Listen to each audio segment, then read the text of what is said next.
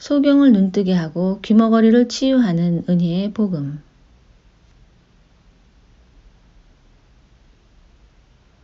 주께서 가라사대 이 백성이 입으로는 나를 가까이하며 입술로는 나를 존경하나 그 마음은 내게서 멀리 떠났나니 그들이 나를 경외함은 사람의 계명으로 가르침을 받았을 뿐이라.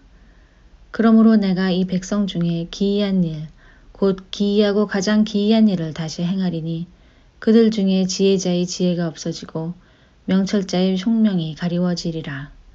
이사야서 29장 13절로 14절. 예수 그리스도를 통한 은혜의 복음이 이스라엘 백성에게 왔을 때 그들은 은혜의 복음을 거부했습니다.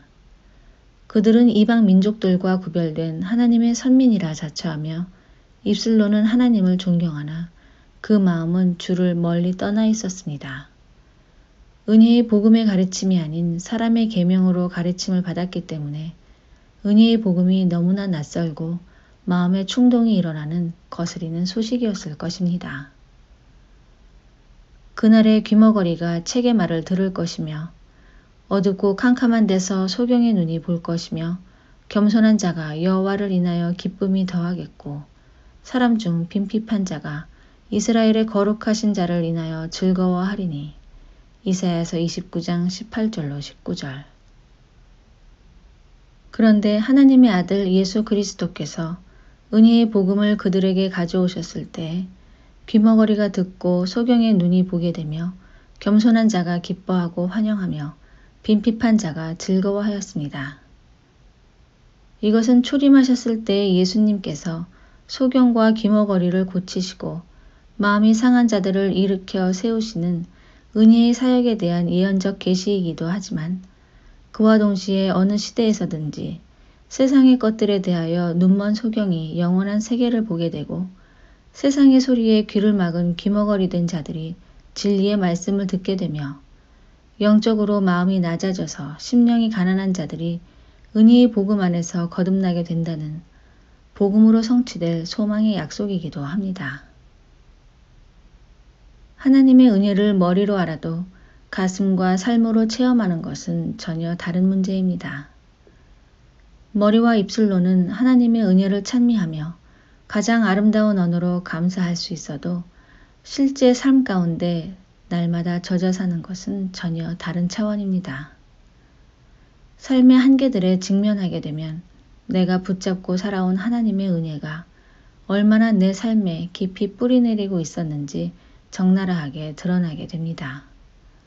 온갖 염려와 걱정과 두려움이 엄습해 온다면 아직 사랑 안에서 온전히 이루지 못한 것입니다. 하나님을 향한 깊은 신뢰와 사랑으로부터 오는 흔들리지 않는 평안이 내게 있다면 그는 은혜에 깊이 삶의 뿌리를 내리고 있는 것입니다. 하나님 아버지께서는 모든 믿는 자들이 그분의 은혜 안에 깊이 뿌리를 내리고 살아계신 하나님을 경외하며 그분 안에서 자아가 온전히 죽어져 내가 죽고 그리스도로 살기를 원하십니다. 이제는 내가 산 것이 아니요 오직 내 안에 그리스도께서 사심을 진심으로 믿기를 원하십니다.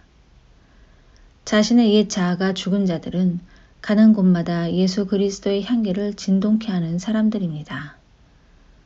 그래서 그들 주변의 사람들은 확실한 삶의 변화가 나타납니다. 그들을 확실하게 따라가든지 그들을 확실하게 배척하든지. 그들은 결코 온도계처럼 주변 환경의 온도에 따라 변화되지 않습니다.